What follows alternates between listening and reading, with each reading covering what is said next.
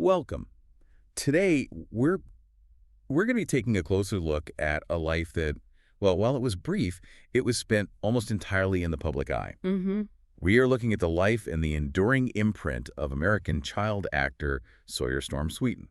And his story is, it's so tightly linked to one of the biggest sitcoms of the late 90s and early 2000s, Everybody Loves Raymond. Inextricably linked, really. That's right. And for this exploration, it's important to state up front that we are sticking strictly to the facts presented in our compiled source material. Okay. So this material gives us the biographical framework of his life, the specifics of his career, the very tragic circumstances around his death, and then the really powerful public response from the colleagues who watched him grow up on set. In Sawyer Sweeten's life, it spanned a really specific timeline, May 12, 1995, all the way to April 23, 2015. 19 years. Just 19 years. It's a trajectory marked by this immediate, really intense professional life as a child. It is. And we absolutely recognize the profound sadness that shadows this material. Our commitment here is to an impartial, a factual, and a deeply respectful presentation of the documented information. Exactly. Our goal in this study is to meticulously explore what we have, focusing on how the facts of Sweeten's early life and the architecture of his acting career led to his public identity. And we'll also spend a good amount of time analyzing those heartfelt statements from the people who knew him best in that professional world. Yeah, they're very telling. So let's begin with the earliest documented facts of his life, where everything started. Okay. Sawyer Storm Sweeten was born on May 12, 1995, in a place called Brownwood, Texas. And when we look at the immediate family he was born into, you can already see the seeds of his future career. You really can. His parents were Timothy Sweeten and Elizabeth Millsap. Mm-hmm. And the family context is it's crucial here because it directly informed how he was cast. Well, the sources highlight his siblings. He had two sisters, Madeline and Mesa, and then the defining factor for his career, really, an identical twin brother named Sullivan. An identical twin. Yes. And the presence of not just siblings, but twins provided this unique opportunity that Hollywood, it rarely ignores something like that. That specific dynamic, Madeline, the oldest sister, and then Sawyer and Sullivan, the twins, that's the nexus point for their entire shared professional life. It is. And the sources document a path to a major Hollywood role that was just incredibly accelerated. This wasn't a family that spent years going to auditions. No, not at all. It seems like the move to California was followed almost instantly by this massive success. So what was that time frame exactly? It seems almost unbelievable. It's astonishing, really. The sources confirm that the Sweeten family relocated to California when the twin boys, Sawyer and Sullivan, were only 6 months old. 6 months old. Just 6 months. I mean, think about that. That's a huge life-altering move across the country with infants. And the professional reward for that move was secured before they were even old enough to walk or talk consistently. It really speaks to this almost predestined feeling about their casting. It does. So less than a year after that move, the sources confirm all three of the acting siblings were cast. Mm-hmm. I mean, securing a role on a major network television show before you even turn 1 year old, that has to be an extremely rare thing. It's incredibly rare, even for twins who are, often highly sought after in the industry for production reasons. Right, because of labor laws. You can have one twin on set while the other rests. Exactly. But it's the swiftness here that's the first key insight. The siblings, Madeline, Sawyer, and Sullivan, all got roles on the CBS sitcom Everybody Loves Raymond. And not just any show. Not at all. This was a hugely popular show, and this wasn't some short-run series. They would go on to star for the entire 9 seasons it was on the air. So this single job, this one professional engagement, it defined their existence for a decade, roughly from the age of 1 to 10. So their childhood development, how they learned, how they socialized. Yeah. It was all intrinsically linked to the environment of a professional TV set. Absolutely. Their formative years weren't just structured. They were structured by the demands of a high-stakes, primetime network schedule. It's one thing to be a child actor for a little while, for a movie or something. Right. But to be a recurring cast member for 9 continuous years, that creates a completely different developmental reality. They essentially knew no other way of life during their childhood, And you have to think, the choice to cast real-life siblings, and specifically identical twins, it created a really realistic and stable on-screen family dynamic. which probably contributed to the show's success and its relatability. I think so. But for the children, it meant their shared reality, their family structure, was basically replicated and even intensified inside their professional structure. Their primary adult relationships outside of their parents were with the core cast and crew of Raymond. The people playing their parents, their grandparents, their uncle. Exactly. So then, in 2005, the series ends. This massive structure in their young lives just disappears. What do the sources tell us about the connection between Sawyer and his twin brother, Sullivan, as they moved out of the public eye and into their teenage years? The documentation we have points to the enduring strength of that bond they shared. Which makes sense. It does. The sources mention a very specific detail about their later life. Sawyer and his identical twin brother, Sullivan, owned a house together in Riverside, California. And you see that as being particularly insightful. I do, yes. I mean, many siblings are close and stay close. But after such an intense, shared, and frankly unusual childhood, the choice to continue sharing a home into their late teens and early adulthood suggests something more than just simple closeness. Right. It suggests a necessary continuity, maybe. A shared understanding that perhaps only the two of them could ever fully comprehend. Exactly. The experience of growing up as identical twin child stars, constantly working together, it creates this kind of unique shared identity. When that whole environment dissolves, it makes perfect sense that they would maintain the closest constant in their lives, which was each other. So the shared house suggests they were navigating that transition from a public childhood to a private young adulthood as a single unit. Relying on that, that unbreakable symbiotic relationship that was forged on the set of Everybody Loves Raymond, it just underscores the point that their lives were, in a fundamental way, inseparable. It paints a really compelling picture of two brothers who shared not just a birthday and their looks, but an entire career identity that was deeply intertwined.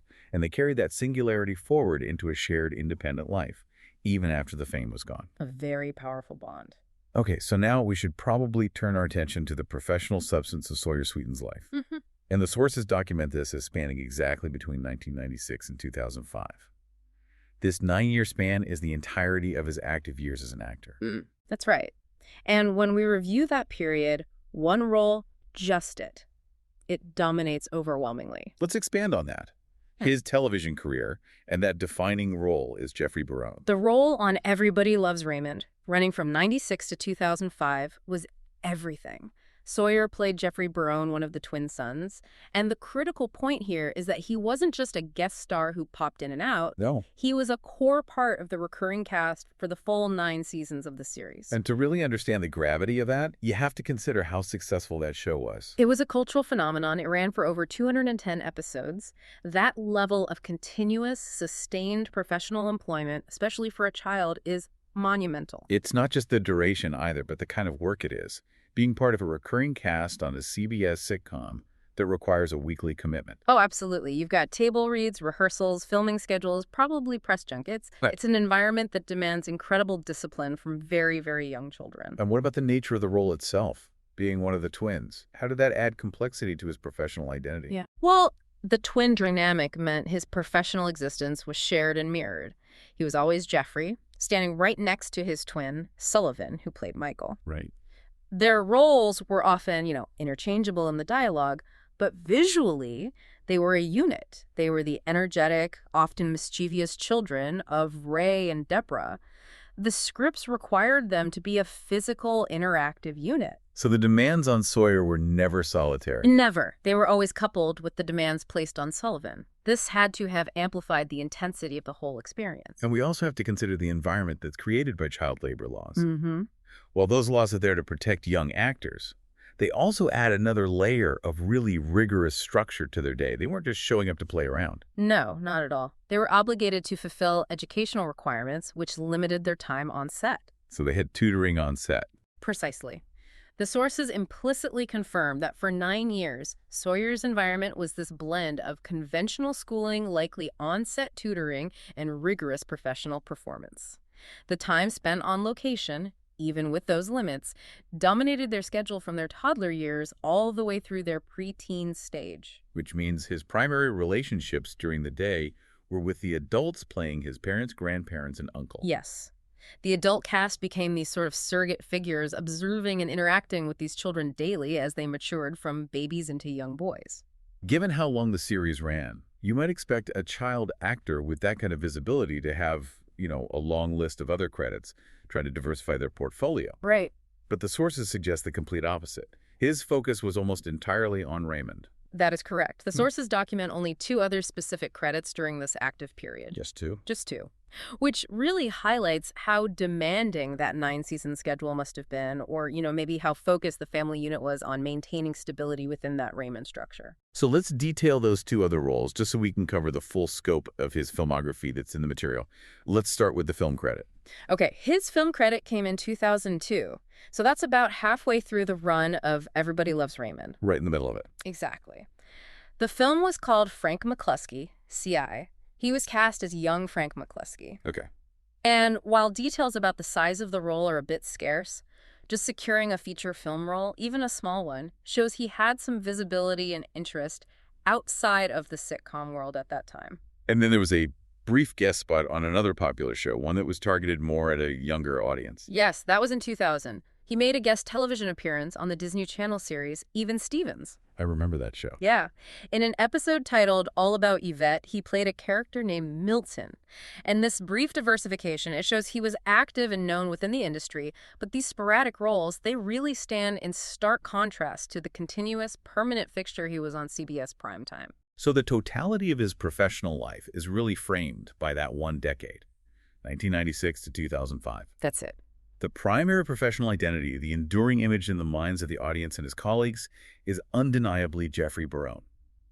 His life for 10 years was spent defining and embodying that character. And when the show ended, that constant shared professional structure it vanished entirely. The transition from that level of sustained work to, anonymity must be profound. It has to be. At age 10, when Raymond concluded he was done with acting, according to the sources, he stopped being Jeffrey Barone, and he began the very challenging journey of becoming Sawyer Sweeten, a young person trying to define himself outside the shadow of a globally famous TV role he started before he could even form memories. And the sources give us very little information about those next 9 years. They don't, which really underscores the privacy he maintained after the show. That lack of documented professional activity after 2005 is, in itself, a really significant data point. It marks the end of his public life, and it leaves us with this powerful, singular image that's just rooted in his childhood. Yeah, that's a good way to put it. We now have to transition to the final documented stage of his life, and we need to examine the facts surrounding his death with the deepest possible respect for the sensitive nature of this topic. Yes, we must handle this with solemnity and stick to the factual accuracy that's provided in the source material. Okay. Sawyer Sweeten died on April 23, 2015. And the location of this event, according to the documentation. This occurred in Austin, Texas. He was still so young. Yeah. Barely across the threshold of early adulthood, which just adds another layer of sorrow to this timeline. He was 19 years old at the time of his death. The sources point out the heartbreaking proximity to a major milestone. Which was? He passed away just 19 days before his 20th birthday on May 12th. He was on the very verge of entering his 3rd decade of life. Regarding the cause of death, the source material is explicitly clear, and we have to relay those painful facts. The documentation states explicitly that he died from a self-inflicted gunshot wound to the head. This event, it marked a sudden and profoundly shocking tragedy for his family, for his former colleagues, and for the millions of people who still remembered him as that little boy on that time. Everybody loves Raymond. A complete shock. Now, when we look at the source material, this tragedy is placed within certain factual classifications. And while these categories are, they're cold and procedural, they do provide some context for the scope of this loss within national statistics. That's correct. The event is classified in the source material under objective categories like 2015 suicides, suicides by firearm in Texas, and also youth suicides in the United States. So when reading these classifications, we understand that this wasn't just a personal tragedy. No. It's one that sadly fits into a larger, very troubling pattern of youth loss. These facts establish the serious nature of the circumstances we are discussing.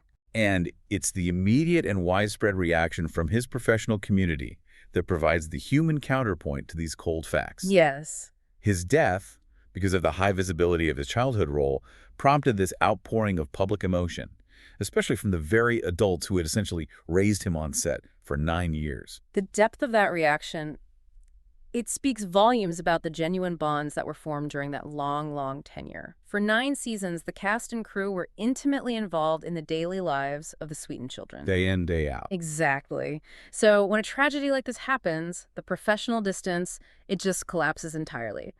And what remains is the shock and grief of a substitute family unit. The tributes were immediate, they were public, and they felt necessary. They reflected the intense impact he had on their lives. The public response was this stark reminder that even though he'd been out of the spotlight for a decade, the relationship he forged with his co-stars was permanent and deeply personal. It clearly was. So let's analyze the specific language and the themes that are present in those public statements, the ones released by his former colleagues. Okay. Because these are more than just, standard condolences. They feel like attempts by those closest to him professionally to articulate an unimaginable loss and share their memory of who Sawyer really was. I agree. They're very personal. We can start with Ray Romano, the star of the show, and his on-screen father. His response focused heavily on the shock of the situation and the core personality traits he remembered. Romano's statement articulated that immediate emotional impact. He said he was shocked by the news. And his description of Sweeten focused on his demeanor, calling him a wonderful and sweet kid to be around. It's noteworthy that Romano, the main figure on that set, emphasized warmth and kindness. Right. It suggests that despite the rigorous schedule and all the pressures of being on a hit show, Sawyer maintained this gentle and approachable presence. That emphasis on sweet and wonderful, it suggests a quiet, positive influence on set. It's not the demanding or difficult child star stereotype you sometimes hear about. Not at all. It reflects a positive disposition that he maintained throughout his entire childhood career. Now, moving to his on-screen mother, Patricia Heaton, her tribute offered a different but equally powerful view of his character. It did. Patricia Heaton's tribute used words that pointed toward his intelligence and his potential, combined with this profound sense of prematurity regarding his loss. What were her specific words? She described him as a funny and exceptionally bright young man. Exceptionally bright. Yes. The inclusion of bright and funny suggests an intellectual curiosity and a personality that went beyond just the performance he gave on camera. And crucially, she ended her sentiment by expressing the pain of his youth, stating explicitly that he is gone from us far too soon. That line really captures the essence of the tragedy, doesn't it? Well, the loss of potential in a young man she had literally watched grow from a baby. It does. The consistency in the cast's response is really striking. Brad Garrett, who played Uncle Robert, he focused his comments specifically on the nature of their collective family bond. He underscored the duration of their shared experience. Garrett's perspective was essential because he directly addressed those blurred lines between their professional and their personal lives. Right. He stated unequivocally that the Sweeten family was our family for those 9 years on Raymond. That's a powerful acknowledgement. It says they weren't just actors reading lines. They had a genuine, long-standing familial connection. And how did he conclude his statement? He concluded by sending his deepest condolences and love go out to them during this unimaginable time. It highlights the extreme depth of the grief associated with the sudden loss of a member of this extended family. It provides the necessary context. This was not the loss of a casual acquaintance. It was the loss of a child they had, in a professional sense, effectively co-parented for a decade. That's a good way of putting it. Phil Rosenthal, the creator of Everybody Loves Raymond, also weighed in. But he contextualized the tragedy within the frame of his creative vision, seeing the children as a collective unit. Yes, Rosenthal's tribute was very sentimental and universal. He focused on the 3 siblings, Sawyer, Sullivan, and Madeline, as this constant presence on set. He described them as children that never failed to make us laugh or remind us of how we feel about our own children. That's revealing. It is. That statement reveals the emotional function the child actors serve for the production. They grounded the show in reality and provided a constant humanizing element for the adults. Rosenthal's perspective ties their professional contribution directly to their sentimental value. It's a reminder that every adult on that set was also looking at their own family life through the lens of watching these kids grow up. Absolutely. And finally, the response from his real-life sister and co-star, Sawyer Sweeten, carried a sense of urgency. Her public statement was less a general condolence and more a direct, actionable appeal to the public. Yes, Madeline, who shared that unique childhood and professional experience with her brothers. Her statement shifted the focus from remembrance to immediate action. What was her specific plea? Her specific, powerful plea was for everyone to reach out to the ones you love. This message, delivered in the immediate aftermath of her brother's tragic death, it speaks to the immense pain of loss and the urgent need for familial and personal connection in the face of suffering. The uniformity of these tributes, from the stars to the creator to his own sister, it clearly establishes that Sawyer was remembered not just as the character Jeffrey Barone. No. He was remembered as a genuinely loved and respected person within that production community. The memory of the sweet kid who was exceptionally bright endured long after the camera stopped rolling. And we have one final crucial detail provided in the sources regarding the permanent nature of his memory. Okay, what's that? 4 years after his suicide, specifically on April 24th, 2019, the family dedicated a theater in his name. Yes, and this act of memorialization is significant. It ensures his name and memory are attached not just to a tragic ending, but to a space dedicated to art and creativity. It provides a lasting, tangible tribute to his life and his talent. That memorialization allows the public memory of him to move beyond the circumstances of his death and connect back to the creative world he inhabited during his most active years. Exactly. A very thoughtful tribute. So we have meticulously traced a very specific, intense, and ultimately brief trajectory. We have. From a baby moving to California and being cast almost instantly, to starring in a hit show for nearly a decade, followed by a sudden withdrawal from public life, and finally to a tragic death that evoked widespread shock among those who worked with him. The sources, by classifying him using specific professional categories, help us contextualize how unique his experience really was.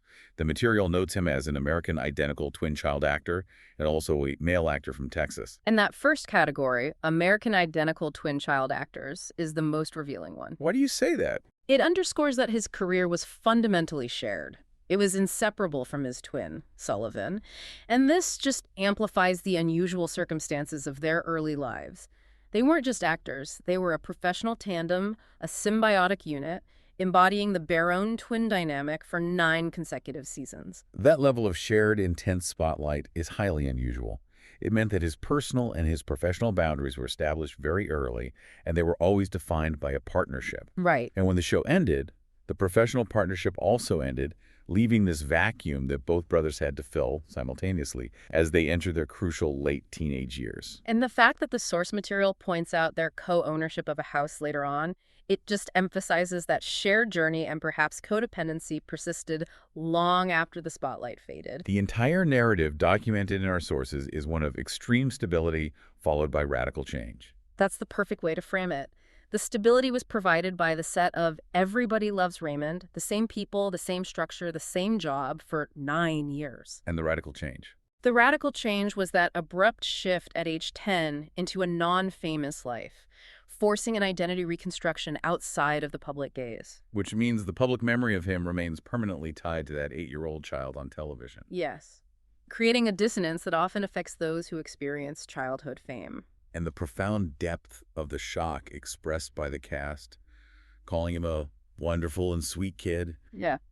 It just speaks to the power of those bonds that were forged during that formative decade. They watched him grow from a toddler into a young man, and their grief was commensurate with that close, sustained observation. It forces us to synthesize all these documented facts into a larger reflection. The material shows us a child whose entire early development was wrapped up in the identity of Jeffrey Barone.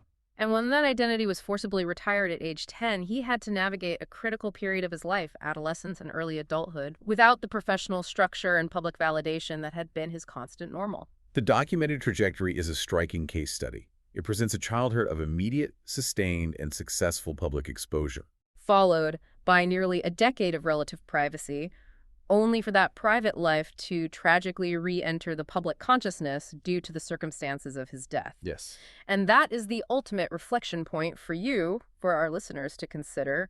based on the documented material. Okay. Given that the Sweeten siblings were cast less than a year after moving to California and then starred for 9 straight seasons, their public childhood was intense, immediate, and sustained. So it forces us to ask some difficult questions. It does. What are the long-term specific implications of having your identity defined by a character for the entirety of your formative years? And what happens when that established world just vanishes abruptly, leaving a young person to construct an entirely new identity without the unique professional framework they've always known? That is the core environment that the source material documents for Sawyer Sweeten. It is. A truly profound set of circumstances to reflect upon. It really underscores the delicate balance between childhood development and sustained public performance. Thank you for joining us for this extensive exploration of the material concerning Sawyer Sweeten's life and legacy. Thank you for your careful and respectful attention to this grave and complex subject matter. Thanks for listening.